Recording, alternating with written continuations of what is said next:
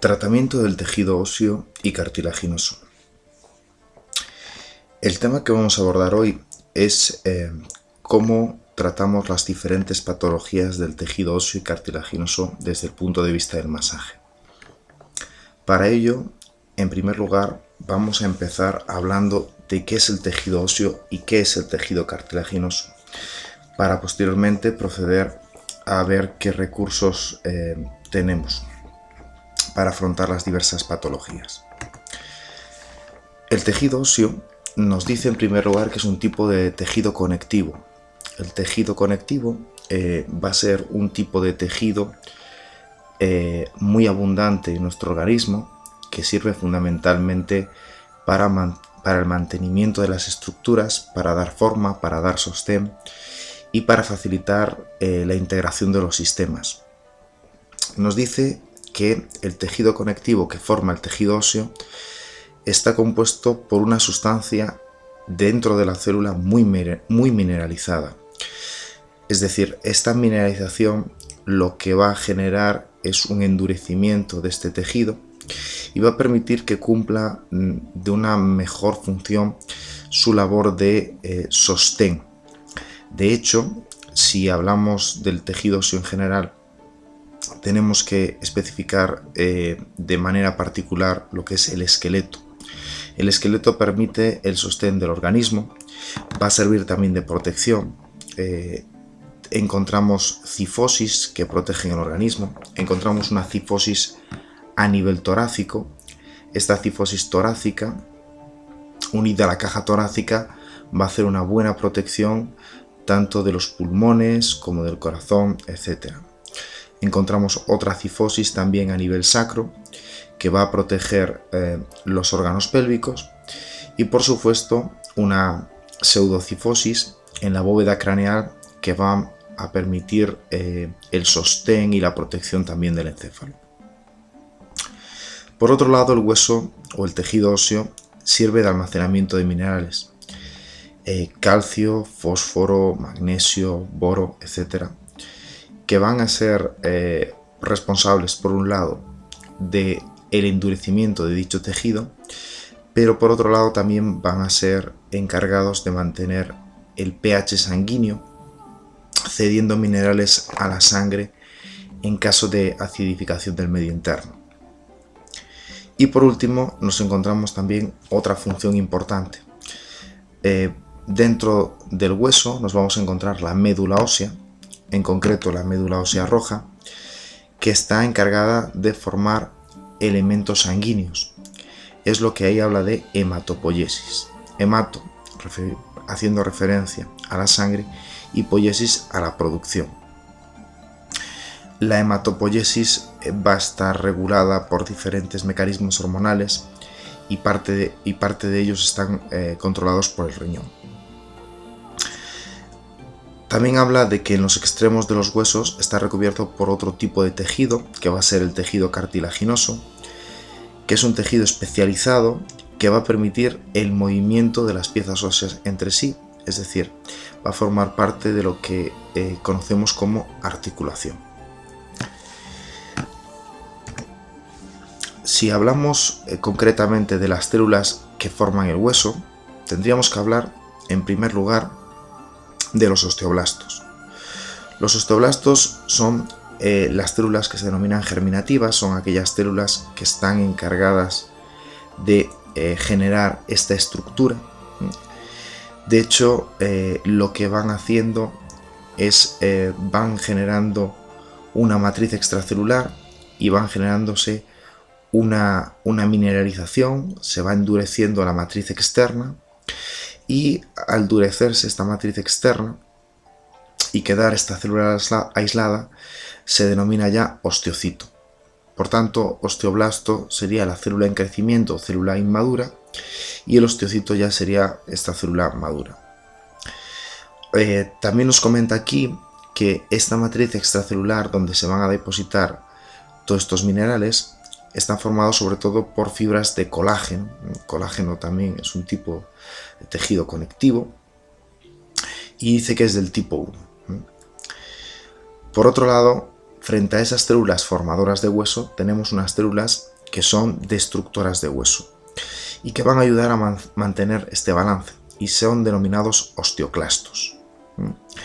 Estas células realmente son células del sistema inmunológico y estas células del sistema inmunológico se comportan fagocitando, es decir, comiendo, digiriendo el hueso.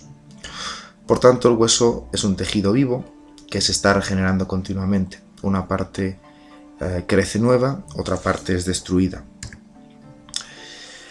Aquí podemos ver, por ejemplo, dentro del hueso, los osteoblastos, las células formadoras, y también los osteoclastos. Y cómo estos osteoblastos, cuando maduran y se quedan dentro de esa matriz endurecida, reciben el nombre de osteocito. El hueso va a estar cubierto tanto interna como externamente por membranas. Esas membranas van a recibir el nombre de periostio y endostio. Y son muy importantes, ya que de ellas parte la generación de osteoblastos y parte también otro proceso importante, que es la reparación y la regeneración ósea. El periostio va a hacer referencia a la membrana más externa del hueso. Dice que va a recubrir al hueso excepto las áreas tapizadas por el cartílago articular, es decir, va a ser los extremos del hueso. En los huesos largos recibe el nombre de epífisis, estos extremos. Dice que está formado por un tejido denso y que encontramos allí células osteogénicas, es decir, células capaces de diferenciarse en osteoblastos o condroblastos, según las necesidades. El periostio va a tener bastantes ramificaciones nerviosas. De hecho, cuando tenemos dolor en la zona ósea, precisamente va a venir de esta zona perióstica, y también va a ser una membrana bastante vascularizada. Las afecciones típicas que va a tener el periostio va a ser la periostitis. Itis hace referencia a la inflamación que va a sufrir esta membrana. Normalmente la periostitis más típica que se produce es en el hueso tibial, o en la tibia mejor dicho, debido sobre todo a estrés. Normalmente los traumatismos repetitivos o la carrera, que al fin y al cabo es un impacto sobre el suelo, va a generar, según la segunda ley de Newton, un principio de acción y de reacción, y cada vez que golpeamos el suelo, este nos devuelve esa fuerza. Si debido a un tono muscular excesivo o a que esa superficie de contacto es más dura de lo habitual, el impacto no es absorbido por la masa muscular y quien lo va a padecer va a ser el periostio, que va a inflamarse, refiriendo dolor con el mero hecho de andar o caminar o subir escaleras, etc. Bueno, es muy típico sufrir esta patología en corredores, especialmente aquellos que se dedican a hacer marcha. Es muy típico también en aquellos deportes donde puede haber impactos directos sobre la tibia, deportes de contacto, fútbol, etc. Y lógicamente las sobrecargas musculares van a también ser o van a contribuir a que se genere con más facilidad una periostitis. Por otro lado, también tenemos otra patología que es relativamente típica y que también está relacionada con el periostio, que es el espolón calcáneo. El espolón calcáneo es una calcificación en la zona del calcáneo a nivel de la fascia plantar. Esta fascia plantar se va a insertar en el periostio de dicho hueso calcáneo y va a provocar un pseudo arrancamiento de dicho periostio. La fascia se acorta, normalmente asociados por cambios en la pisada, asociado a tensiones musculares, y va a generar, como se ve en la imagen, una separación del periósteo y del hueso. Estas células osteoprogenitoras van a seguir generando osteoblastos, y estos osteoblastos se van a ir diferenciando en osteoclastos y van a generar nuevo hueso, y van a formar una especie de pico conocido con el nombre de espolón. El espolón calcáneo va a estar asociado, como ya comentábamos, a la pisada, al uso de calzado inadecuado, al sobrepeso y demás consideraciones que alteren tanto lo que sería la bóveda plantar, el arco plantar, o la tensión de la fascia de la zona plantar.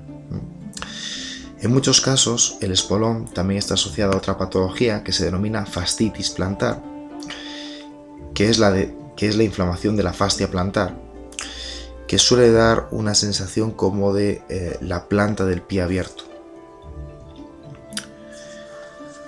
También encontramos otra patología asociada al periósteo, que es la osteopatía de pubis.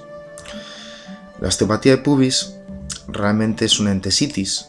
Una entesitis es la inflamación de un tendón en su inserción con el hueso. Bueno, realmente es la inflamación de un tejido blando en inserción con otro tejido. En este caso nos vamos a referir a un tendón con el hueso. Y realmente el origen de esto son pubalgias, es decir, el aumento de tensión de la musculatura aductora del muslo, el aumento de tensión del recto anterior del abdomen, van a generar una inflamación en dichos tendones y van a generar en primer lugar lo que se conoce con el nombre de pubalgia. Esta pubalgia puede provocar un pseudo arrancamiento otra vez periósteo y se puede generar también cierto grado de calcificación, que es realmente lo que conoceríamos con el nombre de osteopatía de pubis. Estadísticamente dice que un 10% de los casos de pubalgia van a degenerar en osteoartropatía, es decir, un proceso degenerativo articular que va a provocar una serie de calcificaciones a nivel de la articulación, a los lados de la articulación de la sínfisis púbica. Es muy típico sufrir de este tipo de patologías en deportes que exigen una sobrecarga importante, un trabajo importante de tren inferior, y en el que los deportistas no estiran de manera suficiente o de manera conveniente. Es muy importante tener en cuenta en los entrenamientos lo que es la pliometría, es decir, los saltos. Todo lo que son entrenamientos con saltos son de gran intensidad a nivel muscular, a nivel articular, y por supuesto la pisada también tiene una gran influencia. Una persona que sea supinadora, lo que va a tener tendencia es a sufrir un varo en sus rodillas, por ejemplo. Incluso va a aparecer un varo en sus tobillos, y esto va a contribuir a que aumente la sobrecarga de los aductores. Y si tiene mucha debilidad del recto anterior del abdomen, pues va a generar una pubalgia inferior. Y si tiene bastante fuerza en el recto anterior del abdomen, puede generar una pubalgia inferior y superior a la vez. Aunque para que esto se produjera, normalmente la persona tiene que tener una musculatura abdominal bastante fuerte, y es una persona que entrena frecuentemente los abdominales. La segunda membrana que vamos a ver con respecto al hueso es el endostio. El endostio se va a ubicar por la zona interna. Este endostio también va a contener estas células osteogénicas, y realmente lo que va a hacer es una estructura, por decirlo así, tipo sándwich entre ambas, para que si en algún momento se produce una fractura en el hueso, sea fácil la regeneración del mismo, generando lo que se conoce con el nombre de callo. A nivel general, los huesos los podemos dividir en dos tipos: tejido óseo compacto y tejido óseo esponjoso. El tejido óseo compacto, comentan los apuntes, que está formado por láminas, ¿no? Unas láminas que no dejan espacios entre sí, que son relativamente compactas, ¿no? y que van a abundarse en el esqueleto apendicular, es decir, en las extremidades. El tejido óseo compacto va a formar lo que se conoce con el nombre, ¿no?, de la diáfisis de los huesos largos, es decir, de la parte central del hueso largo, ¿no?, de esa parte que tiene forma de tubo. Y esta estructura lo que permite es una gran resistencia a la flexión, a la torsión, al cizallamiento. En el dibujo podemos ver la estructura interna de ese tejido óseo compacto y cómo está formado por una serie de canales circulares, donde estos osteoblastos se han transformado en osteocitos y alrededor contienen una sustancia mineralizada. Para permitir su desarrollo, lógicamente, en el interior hay una serie de vasos sanguíneos que van a permitir la nutrición de ese hueso. Por otro lado tenemos el tejido óseo esponjoso. Este tejido óseo esponjoso está constituido por tabiques, por láminas. Es un entramado que va a generar entre sí una serie de espacios y que va a generar lo que se conoce con el nombre de un tejido de tensegridad, es decir, una serie de líneas de fuerza que van a permitir un buen reparto del peso, disminuyendo lógicamente la masa. Esto es una gran ventaja, ya que por un lado va a permitir que en medio de este entramado se ubique lo que se conoce con el nombre de médula ósea, y va a permitir resistir grandes fuerzas de compresión y de tensión sin que el hueso pese en exceso. En las imágenes que vemos a continuación vemos la disposición del tejido óseo compacto y del tejido óseo esponjoso, y cómo en un hueso largo la parte externa está formada por tejido óseo compacto y la parte interna por tejido óseo esponjoso. Aquí a continuación podemos ver la vascularización del hueso en la figura de la derecha, y esto nos lleva a recordar que es un tejido vivo con una serie de células que generan crecimiento, que serían los osteoblastos, y con una serie de células que van a migrar de zonas externas, que van a adentrarse allí, que se conocen con el nombre de osteoclastos, y que van a fagocitar aquellos osteocitos ya maduros para que se genere un nuevo tejido óseo. Las afecciones típicas de estos tejidos serían, en primer lugar, la osteoporosis. La osteoporosis dice que es una enfermedad sistémica, es decir, que afecta a todo el organismo. Asintomática, bueno, generalmente asintomática, no tiene por qué ser dolorosa, pero frecuentemente cuando esta enfermedad evoluciona, genera cierto grado de impotencia funcional, dificultad para la deambulación, etc. En el fondo, esta patología está relacionada con una pérdida en la densidad del hueso, una pérdida o un daño en la microarquitectura del hueso. Lo que va a generar es un grado de debilitamiento y, por supuesto, de fragilidad, y un riesgo muy elevado de sufrir fracturas. La osteoporosis está asociada a carencias nutricionales, carencias de minerales, por ejemplo, el calcio, el fósforo, el magnesio, el boro, deficiencias de vitaminas, por ejemplo la vitamina C, que van a ser básicas para la generación del colágeno, de aminoácidos como lisina, prolina, etcétera, etcétera. La falta de ejercicio físico también va a generar o va a facilitar el desarrollo de la osteoporosis, ya que la falta de carga sobre el hueso no va a estimular su reparación, no va a estimular que las células osteoprogenitoras generen más osteoblastos para el crecimiento de ese hueso. Determinados fármacos y determinadas enfermedades endocrinas pueden favorecer la aparición de osteoporosis. De una manera relativamente frecuente, mucha gente toma un tipo de fármacos conocido con el nombre de corticoides. Dichos corticoides, por ejemplo, van a ser uno de los fármacos típicos que a medio o largo plazo van a generar o pueden generar osteoporosis.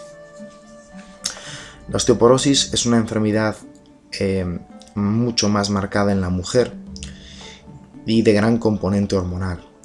De hecho, está muy asociado a la deficiencia de estrógenos, que en la mujer se producen en la fase de la vida conocido con el nombre de menopausia, o un poquito más extenso en el tiempo, lo que se conoce con el nombre de climaterio. Sin estrógenos disminuye la formación ósea.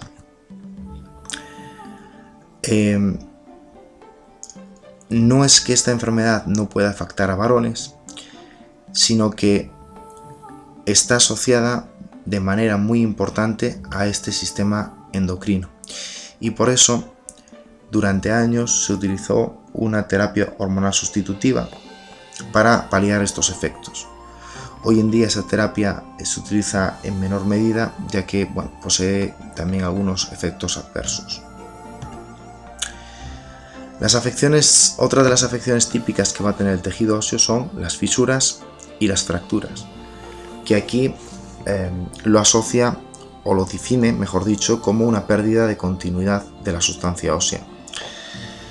Dice que se produce por traumatismos directos o estrés traumático, es decir, por ejemplo, impactos, microtraumatismos, etcétera, etcétera.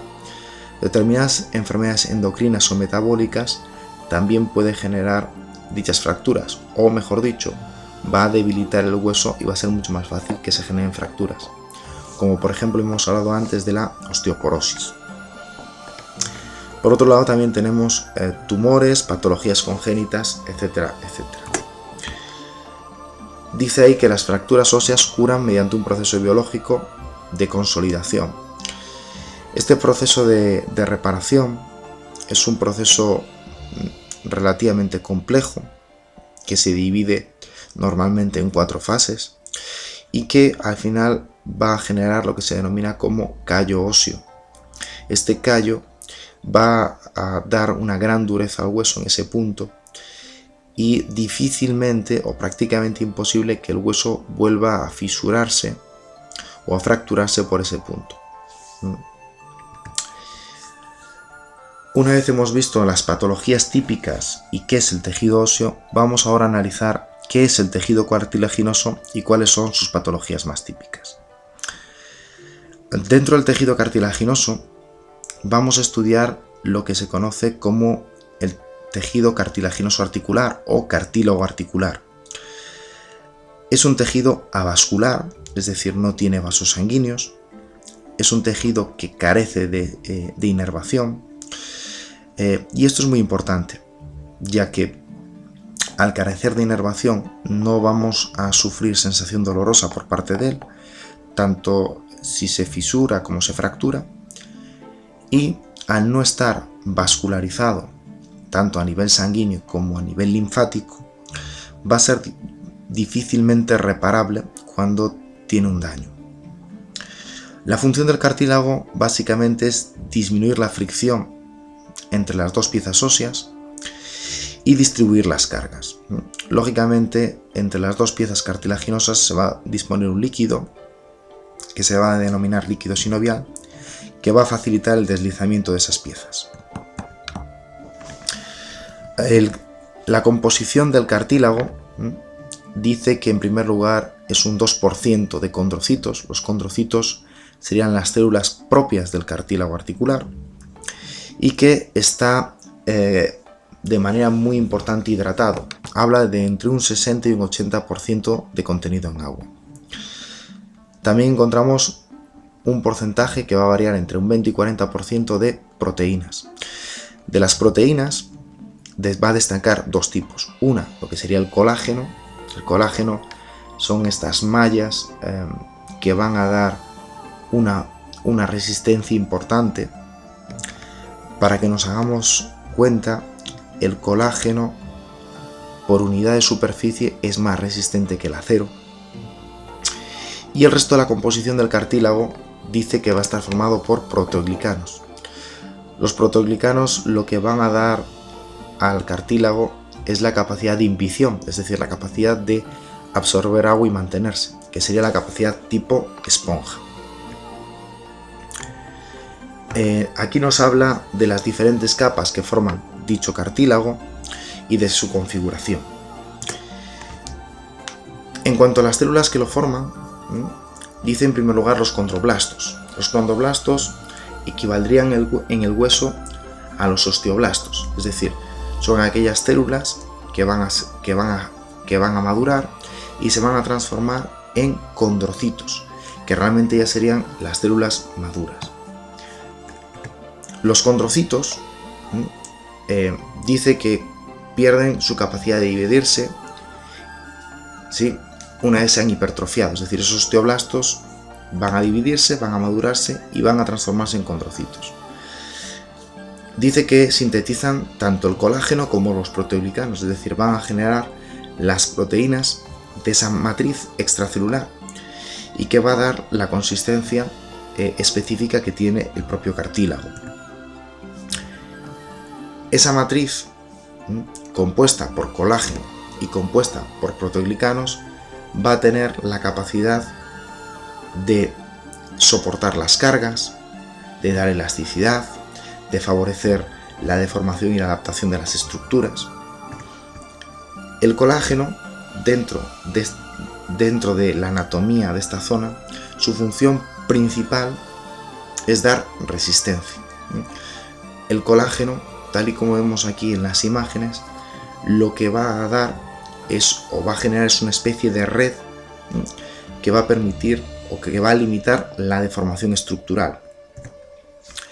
Estas fibras de colágeno están ubicadas a manera de una especie de puente o de puentes, ¿sí?, y van a generar una red que va a dar una buena capacidad para mantener la estructura del cartílago y soportar lo que se llama ahí las fuerzas de compresión. Es decir, si nos fijamos, la estructura interna que tenemos en la parte izquierda es muy similar a un sistema de arcos y columnas que va a permitir unos buenos puntos de apoyo y va a limitar la deformación de la estructura.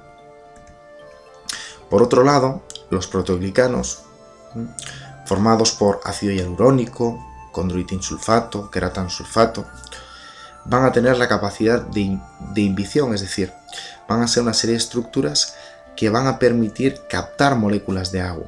Al captar moléculas de agua van a generar un proceso como de hinchado, por eso ahí lo asemeja al funcionamiento de una esponja. Dice ahí que el cartílago se puede comparar a una mezcla de carpa de circo y de tienda neumática. Es decir, vamos a encontrar una red colágena que va a mantener la estructura y por otro lado vamos a encontrar una serie de proteoglicanos cuya función de acumular agua, de retener agua, van a generar que esta carpa de circo se hinche y se mantenga de manera correcta su estructura, tal y como vemos en el dibujo a continuación. En resumen, la matriz está formada por líquido en un 70-80%, colágeno y proteoglicanos. Es decir, el componente mayoritario vuelve a ser el agua. ¿Cómo se nutre el cartílago? Bueno, habíamos dicho que el cartílago era vascular, no le llega tejido sanguíneo, no le llega tejido linfático y va a estar nutrido por lo que se conoce con el nombre de líquido sinovial. Este líquido sinovial va a estar generado por la membrana que recubre la parte interna de la articulación, conocida con el nombre de membrana sinovial. Y esta membrana sí que ya está vascularizada. El líquido sinovial va a nutrir a ese cartílago por fuerzas de compresión. Es decir, cuando generamos una compresión y una descompresión, ese movimiento de descompresión va a permitir que el líquido sinovial difunda los nutrientes al interior del cartílago. Por tanto, la deducción es simple. Si tenemos una articulación y no la movemos, el cartílago se va a degenerar de una manera rápida. Por tanto, en patologías articulares de tipo crónico, una de las cuestiones básicas es mantener la movilidad articular. Para ello, debemos de utilizar todos los recursos que hemos visto en el curso. El masaje, las técnicas complementarias de la medicina china, los estiramientos, el kinesiotape, etcétera, etcétera, que van a asegurar el movimiento articular y van a permitir mantener una mejor nutrición de dicho cartílago. Aquí volvemos a ver otra vez esta estructura de forma de puente y arco, que hablábamos de las mallas de colágeno, y una serie de fibras que tienen forma tipo peine, que van a hacer referencia a los proteoglicanos. Por tanto, si queremos asegurar una correcta nutrición del cartílago, lo que tenemos que mantener es una membrana sinovial sana, y con una membrana sinovial sana aseguramos una correcta cantidad y una correcta calidad del líquido sinovial para nutrir el cartílago. Lógicamente, esa membrana sí que necesita vascularización y por ello es necesario utilizar técnicas que aumenten el flujo sanguíneo y el flujo linfático a esas estructuras. Ese líquido sinovial va a disminuir la fricción o el rozamiento de esas superficies cartilaginosas, y si lo comparamos a coeficientes de fricción de otras superficies, entonces ahí en el cuadro, pues por ejemplo habla de comparación con el hielo, del teflón, de acero con aceite. Por ejemplo, acero con aceite, esto sería un coeficiente de fricción, por ejemplo, en el motor de un automóvil, que sería un 0.2, frente al cartílago sería un 0.005, es decir, una cantidad significativamente menor. Por tanto, cualquier alteración de ese líquido va a aumentar la fricción entre las dos superficies y van a generar un deterioro de dicho cartílago articular. Por tanto, funciones del líquido sinovial. Primero, nutrir al cartílago. Segundo, lubricar las superficies y facilitar el deslizamiento de dichas estructuras. Bien, nos habla ahí del crecimiento del cartílago. Bueno, esto no es un tema tampoco que nos vaya a interesar demasiado, lo voy a saltar. Pero sí voy a incidir en lo que serían las afecciones típicas del cartílago. Dentro del cartílago encontramos un tipo de cartílago que es fibroso, es denominado fibrocartílago. Este fibrocartílago abunda, por ejemplo, en los discos intervertebrales. Los discos intervertebrales están formados por un anillo fibroso y un núcleo pulposo, un núcleo que es como si fuera una bola de gel. Cuando los anillos se rompen, el núcleo empieza a protruir, empieza a prolapsar, se genera lo que se conoce con el nombre de protrusión discal.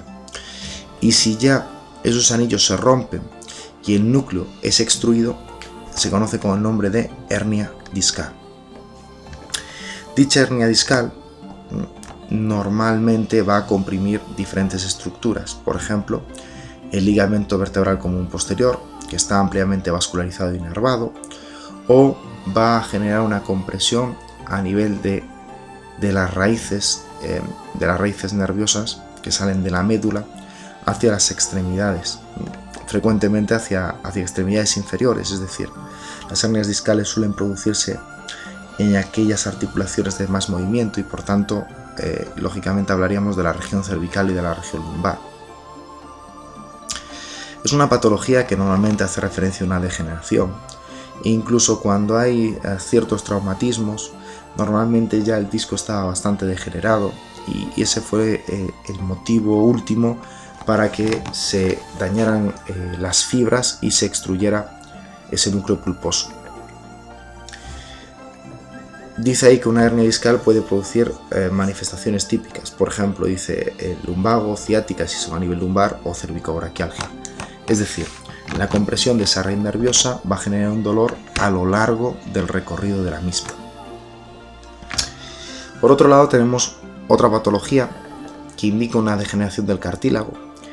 En este caso, una degeneración de la superficie cartilaginosa que se encuentra en la parte posterior de la rótula, que se conoce con el nombre de condromalacia rotuliana.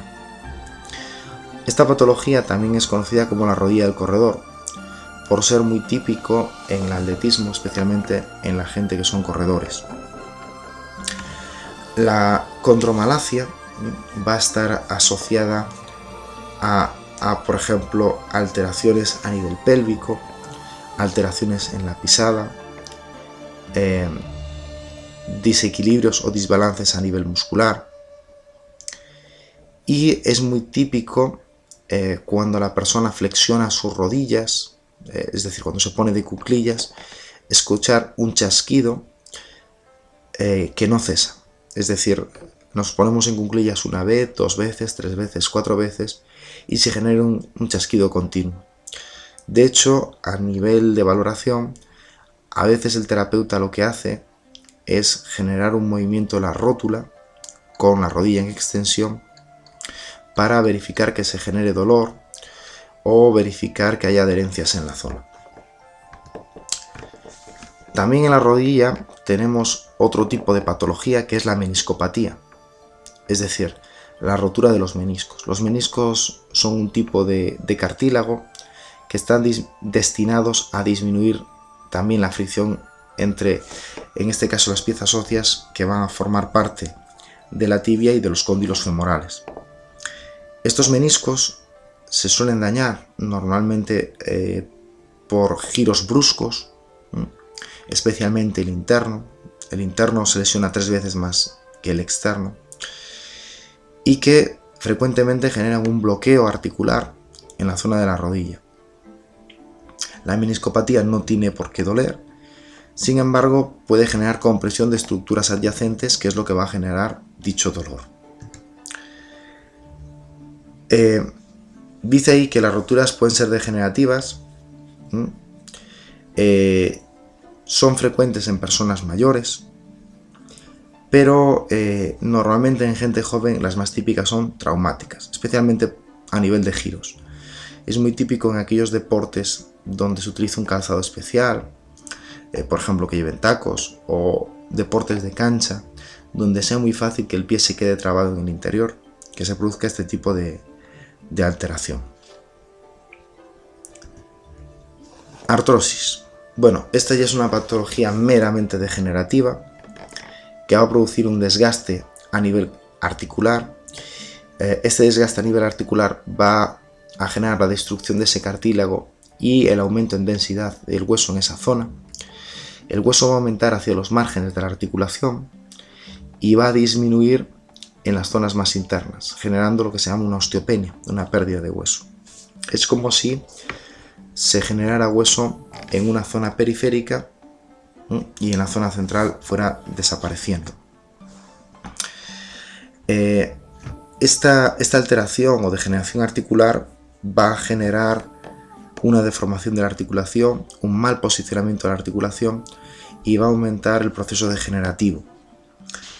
Las artrosis normalmente afectan a articulaciones de gran peso o de gran sobrecarga, por ejemplo columna vertebral, cadera, rodillas, y con el tiempo pueden llegar a afectar a articulaciones distales, por ejemplo articulaciones de las manos.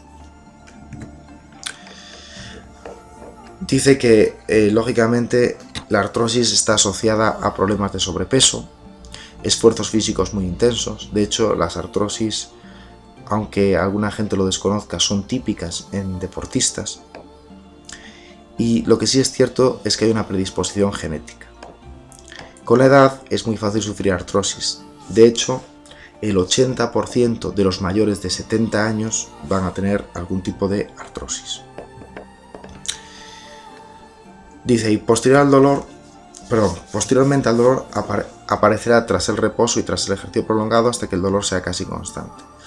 Es decir, normalmente en todos estos procesos degenerativos el dolor va a generar que la persona no mueva dicha articulación y esto va a provocar una atrofia a nivel muscular y un aumento de degeneración de dicha estructura.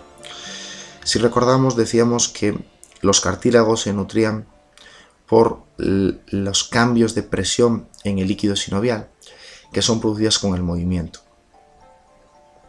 El calor, por ejemplo, suele ser una buena medida terapéutica, ya que disminuye la viscosidad de ese líquido, lo hace mucho más fluido, por tanto va a ser mucho más fácil que difunda los nutrientes en el interior, y va a aumentar también la vascularización de la membrana sinovial, que va a responder fabricando un líquido de mayor calidad.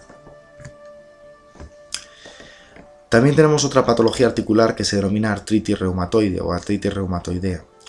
Este tipo de patología no es una patología meramente mecánica, realmente es una patología autoinmune, donde el sistema inmune va a atacar las articulaciones, va a atacar también zonas tendinosas, es decir, va a atacar tejido de sostén, que se conoce con este nombre, y suele afectar a articulaciones distales, es decir, típicamente empieza por manos, por pies, tobillos, muñecas, codos, rodillas, etc. Esta artritis reumatoide cursa con brotes, con exacerbaciones, donde se genera una gran inflamación, un gran dolor articular y en estos brotes se produce gran daño degenerativo en dichas articulaciones. Se va a caracterizar por un daño en la membrana sinovial, una degeneración, una hipertrofia de dicho tejido, se va a alterar la producción de dicho líquido y va a generar bastante dolor. En la imagen aparecen dos elementos que son utilizados mucho para el tratamiento de la artritis reumatoide. Uno es el veneno de abeja. El veneno de abeja se lleva utilizando en medicina natural durante muchos años para el tratamiento de artritis reumatoide.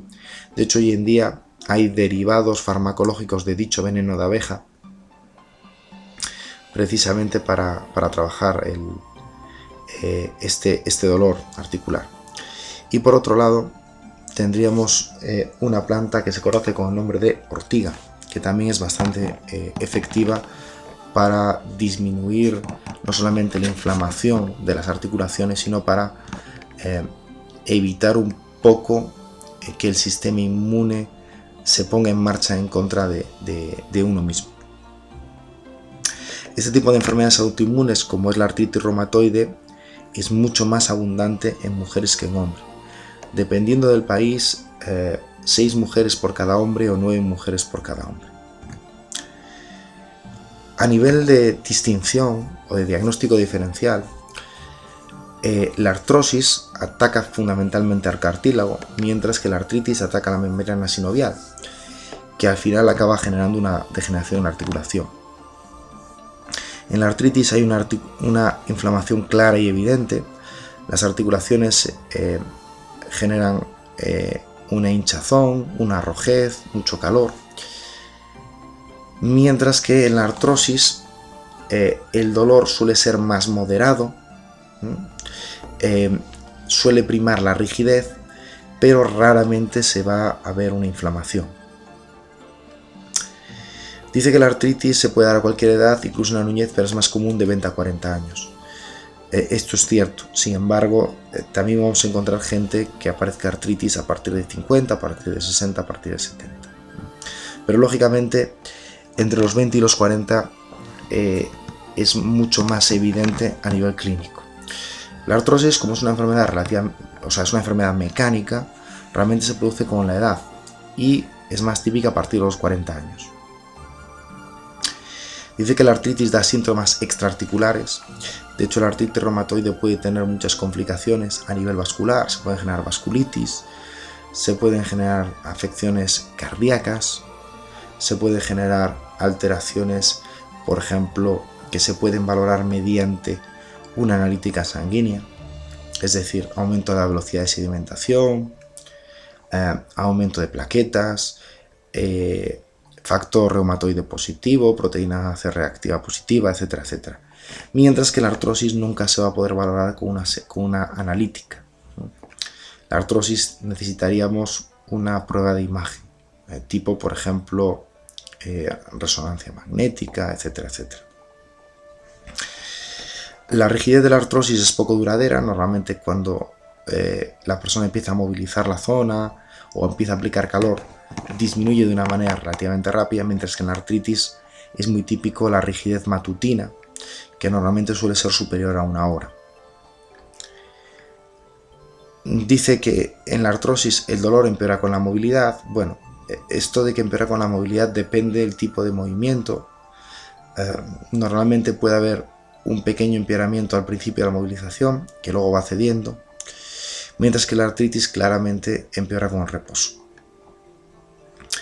Y por último, la artritis es una enfermedad autoinmune, la artrosis no es una enfermedad autoinmune, es una enfermedad de tipo mecánico. A nivel de los efectos que pueda tener el masaje sobre el tejido óseo y tejido cartilaginoso, en primer lugar destacar que nunca se actúa directamente sobre dichos tejidos. Pero ya que son elementos vivos y ya que el masaje tiene un efecto de facilitar y activar la circulación sanguínea, puede favorecer los procesos de reparación, de regeneración de ambos tejidos. La clave del masaje es trabajar lo que se llama el tejido periarticular, es decir, el tejido que se encuentra alrededor de la articulación y que puede ayudar a mejorar el posicionamiento articular y la nutrición de dicha articulación. Para elaborar un tratamiento, lo primero que tenemos que tener muy claro es el tipo de patología que sufre esta persona. La mayor parte de los pacientes ya están diagnosticados y lógicamente nos podemos basar en esos informes. Lo que tenemos que tener claro es si la patología es muscular, es ligamentosa, es tendinosa o es articular. Y sobre todo si se encuentra en una fase aguda o una fase crónica.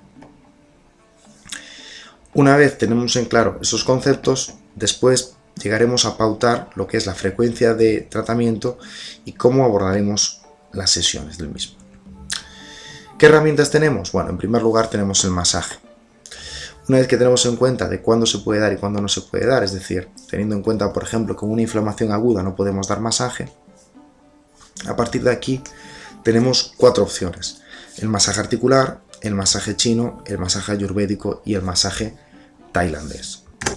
El masaje articular es un masaje que integra técnicas no solamente de quiromasaje occidental, sino técnicas de masajes orientales.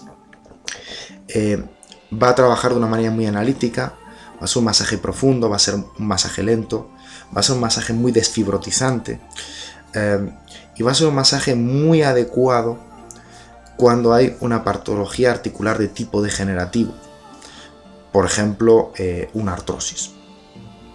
Lógicamente, debido a que es un masaje relativamente agresivo, hay que tener especial precaución o evitarlo en caso de osteoporosis, fisuras, fracturas. Y en patologías tipo artritis reumatoide, nunca emplearlo en los periodos agudos, sino emplearlo en los periodos intercrisis. Teniendo en cuenta que en muchos de esos casos hay deformación articular y lógicamente el movimiento de articulación está comprometido y anatómicamente no podemos superar ciertos límites. El masaje chino, bueno, el masaje chino trabajaba los canales energéticos, lo que se conoce a nivel occidental como cadenas miofasciales, o podemos hacer una analogía con cadenas miofasciales. Pero una de las claves del masaje chino es trabajar, en primer lugar, afecciones de columna. Es un masaje muy diseñado para afecciones de columna, ya que en esa zona va a realizar diferentes técnicas de presión, con el codo, con los pulgares, con el puño, etcétera, etcétera, que va a generar un estímulo orgánico, un reflejo orgánico, y que va a permitir trabajar enfermedades que son sistémicas. Por ejemplo, osteoporosis, hernia discal, artrosis, artritis reumatoide, etcétera, etcétera. Lógicamente, en aquellas patologías donde haya cierto grado de dolor, cierto grado de inflamación, habrá que modular la fuerza de aplicación de dicho masaje. El masaje tailandés, bueno, es un masaje que también se puede hacer relativamente duro o se puede hacer más blando. Todo depende si seguimos la modalidad del norte de Tailandia, el Lana Thai, que es más suave, o la modalidad del sur de Tailandia, el Wat Po, que este sería más fuerte. No solamente utiliza presiones, sino que además se ayuda de estiramientos. Le da gran importancia a la movilidad articular y es muy importante en aquellas patologías donde hay una disminución importante del rango articular, por ejemplo, en artrosis, en hernias discales. Cuando nos enfrentamos con un paciente que tiene una hernia discal, lógicamente las manipulaciones deben ser suaves, deben ser progresivas, debemos de verificar cuáles son los movimientos que le alivian al paciente, que son movimientos en el fondo que decoaptan la articulación, que abren espacio, y evitar los movimientos que generan compresión y que normalmente van a dar esa típica sensación de dolor irradiado. Después, o por último, tendríamos el masaje ayurvédico. El masaje ayurvédico es un masaje relativamente suave, es un masaje bastante dinámico, que basamos sobre todo el empleo de los aceites medicados. Los aceites medicados ya los habéis visto, una parte en el masaje ayurvédico en clase y otra parte lo habéis visto en la conferencia o en la videoconferencia Laboratorio Cosmético. Estos tipos de aceites medicados me van a ayudar a organizar o diseñar un producto que sea muy específico para la persona en cuestión. La asociación de este masaje ayurvédico con la pinda, que es un saquito que está lleno de arroz, aunque si seguimos los principios tailandeses se podrían utilizar también hierbas que se van a utilizar calientes, van a tener un buen efecto analgésico, antiinflamatorio. El masaje ayurvédico sería bueno enfocarlo, por un lado, en aquellas personas que tienen una gran alteración del sistema nervioso, ya sea entendido eso como un insomnio, como una ansiedad, etc. O para aquellas personas que tienen una patología en la que los masajes intensos o vigorosos no están muy indicados, por ejemplo en una osteoporosis avanzada, o por ejemplo una persona con artritis reumatoide que esté bastante dolorida. En esos casos el masaje ayurvédico se va a mostrar muy eficaz. Complementando dichos masajes, vamos a tener toda una serie de técnicas de medicina tradicional china que son de probada eficacia. Y entonces ahí nos comenta la reflexología podal, la moxibustión, la ventosa, la cuasa y el martillo de 7 puntas. La reflexología podal, si recordamos, es un trabajo a distancia a través de los puntos que se encuentran en el pie y es muy importante para el tratamiento de disfunciones del sistema nervioso y sistema endocrino. Favorece la desintoxicación, disminuye el estrés, disminuye la ansiedad y va a ser muy indicada cuando no podemos trabajar directamente aquella área que está dolorida o que está inflamada, y especialmente cuando es un problema sistémico y la persona tiene dificultad para dormir. Por ejemplo, quizás una de las mayores indicaciones sería precisamente para el tratamiento de la artritis reumatoide. Las personas con artritis reumatoide suelen conciliar mal el sueño, suelen encontrarse muy cansadas, suele disminuir su hematocrito, por tanto pueden llegar a tener cierta dificultad respiratoria. Lógicamente, debido al dolor crónico, suelen tener periodos de estrés, etcétera, etcétera. Y luego, por supuesto, patologías muy dolorosas como la hernia discal, o para trabajar de una manera complementaria otro tipo de patologías como puede ser la artrosis. La moxibustión, como bien conocéis, es la aplicación de calor de una serie de plantas combustionadas, especialmente la artemisa, que van a generar una onda de calor de gran penetración en los tejidos. Lógicamente, la moxibustión va a tener un efecto muy positivo sobre favorecer la circulación sanguínea, sobre la flexibilización articular, estimula la regeneración de los tejidos. De hecho, hay diferentes estudios clínicos que hablan del influjo de la moxibustión sobre los condroblastos, que eran aquellas células encargadas de producir tejido cartilaginoso. Van a tener una buena función de regulación del sistema inmune y es una técnica que en definitiva es muy indicada para dolencias crónicas, especialmente para cualquier patología que curse con rigidez. Esta sería la palabra a subrayar, rigidez. Cuando hay dificultad en el movimiento articular, cuando mejoramos con calor, cuando mejoramos con masaje, eso indica que la mostibustión es un procedimiento muy indicado. La ventosa va a tener un efecto desfibrotizante, es decir, elimina adherencias, aumenta el flujo sanguíneo, el flujo linfático, drena sustancias de desecho, relaja la musculatura. Si nosotros lo traducimos a medicina china, sería el tratamiento de la humedad. Según la medicina tradicional china, la humedad es una energía patógena que se pega a los márgenes de los huesos y los deforma. Entonces, siempre que haya músculos sobrecargados o haya deformación articular, es útil emplear ventosas. Hay que recordar que las ventosas a nivel muscular se suelen poner en las zonas de máxima tensión del músculo, o si son músculos voluminosos, como por ejemplo los paravertebrales, se suele utilizar una técnica que sería la ventosa de paseo, que es un masaje con la ventosa. En cuanto al tratamiento de las articulaciones, lo típico es colocar ventosas rodeando la articulación, y para ello recordamos que la ventosa más indicada es la ventosa de bambú.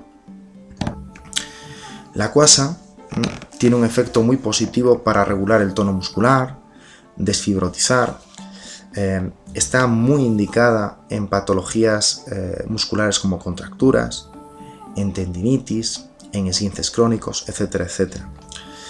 Siempre que haya fibrosis y o calcificación del tejido, es decir, espolón calcáneo, osteopatía de pubis, condromalacia, artrosis, es una técnica muy útil. Frecuentemente en China, tras la cuasa, se puede aplicar moxa o se puede aplicar ventosa, dependiendo de si lo que prima es la rigidez o lo que prima es la deformación. En muchos casos, estas técnicas lo que van a hacer es alternadas en las sesiones. El martillo de 7 puntas, destacaríamos de él el efecto analgésico antiinflamatorio. Mejora mucho la microcirculación, estimula la regeneración de los tejidos y puede desfibrotizar y favorecer la reabsorción mineral. Es decir, puede ser un buen procedimiento combinado con la cuasa para calcificaciones como por ejemplo espolón calcáneo, osteopatía de pubis, y también para disminuir la inflamación en caso por ejemplo de periostitis. Si alguien puede favorecer la regeneración de un tejido, la técnica por excelencia va a ser el martillo de 7 puntas. Para ello se va a asociar el martillo junto con la moxa en sesiones alternas. Además de estas técnicas típicas de la medicina tradicional china, recordamos que los emplastos pueden ser muy útiles, ya que disminuyen la inflamación, aumentan el drenaje de las toxinas. La herbología, es decir, el empleo de plantas, moduladores de la inflamación, plantas que son analgésicas, plantas o productos que favorecen la regeneración articular, los tratamientos con imanes, y para ello hemos visto una videoconferencia que hablaba, por ejemplo, de tratamiento de patologías de la columna con imanes. Sobre todo los imanes tienen un muy buen efecto sobre la reparación de los tejidos y un buen efecto analgésico. Y por supuesto, kinesiotaping. Este vendaje especial, elástico, va a estimular el drenaje de la zona, va a regular el tono muscular, va a favorecer la biomecánica correcta de la articulación, es decir, que esté posicionada de una manera adecuada. Con todo esto tenemos herramientas suficientes. Ahora lo que es muy importante es cómo se estructuran las sesiones. Entonces aquí comenta que en patologías, dice, el tejido óseo, tejido cartilaginoso, es muy importante trabajar en ciclos. Es decir, la persona no ha enfermado normalmente en un día, es un proceso largo y lógicamente el tratamiento va a ser relativamente largo. Entonces un ciclo de tratamiento son 10 sesiones. Se aborda un ciclo, se da una pausa y si hace falta se repite el ciclo otra vez. Dice que en este tipo de patologías crónicas el tratamiento suele ser 2 veces a la semana, en algunos casos como máximo 3. El aumento de frecuencia indica la patología más en estado agudo. Cuanto más cronificada, más disminución de la frecuencia de tratamiento. Por ejemplo, aquí vemos el ejemplo del tratamiento de una artrosis de cadera. En la primera semana, por ejemplo, se establece tratamiento en 2 días, separados, lunes y jueves. Suponiendo que la persona tenga cierto dolor, podemos empezar con reflexología podal para disminuir el dolor de la articulación de la cadera, pasar a un masaje articular y terminar con ventosas para disminuir las adherencias y favorecer la producción de líquido sinovial. Esta estructura la repetiríamos las 2 primeras sesiones. La segunda semana continuamos con la reflexología podal para seguir trabajando ese dolor, con masaje articular, y vamos a cambiar la ventosa por la cuasa. La cuasa me va a permitir trabajar mejor otro tipo de tejido, es decir, por ejemplo, me va a permitir trabajar muy bien, por ejemplo, la fascia lata, más a nivel muscular, y me va a permitir hacer un trabajo más agresivo sobre la fibrotización. Buscando efectos de flexibilización, la siguiente sesión cambiamos el masaje articular por masaje tailandés, continuamos con esa cuasa y terminamos la sesión con ventosas. Se supone que cuando ya llevamos 4 sesiones la mejoría es evidente. Y entonces volvemos a una terapia que es más agresiva. Aumentamos la frecuencia de tratamiento, hemos reagudizado la patología y vamos alternando diferentes técnicas. Reflexología podal, masaje articular y cuasa, masaje tailandés para dar movilidad, cuasa y ventosas, masaje articular, cuasa y ventosas. Y la última semana de tratamiento iniciaríamos ya el ciclo de la moxibustión, es decir, para trabajar esa rigidez residual, para fomentar la nutrición de ese cartílago y la reparación, pues utilizaríamos esta serie de técnicas. Disminuiríamos, por ejemplo, el empleo del masaje articular, que sería la técnica más agresiva sobre la zona.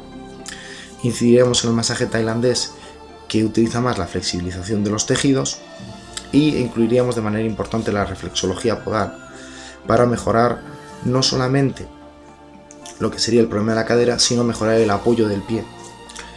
Con esas 10 sesiones normalmente la persona va a encontrar gran alivio, y tras ese ciclo se espera como mínimo una semana. Puede ser una semana, se puede prolongar incluso hasta un mes, y luego se podría repetir el ciclo otra vez, dependiendo de las necesidades. Y esto es todo. Importante recordaros la periodización de esas sesiones y hacer un pequeño compendio de lo que hemos visto en el curso para no solamente enfocarlo a las patologías articulares, que es el tema de hoy, sino también que lo podáis incluir en patologías musculares, patologías tendinosas, ligamentarias, etc. Muchas gracias por vuestra atención.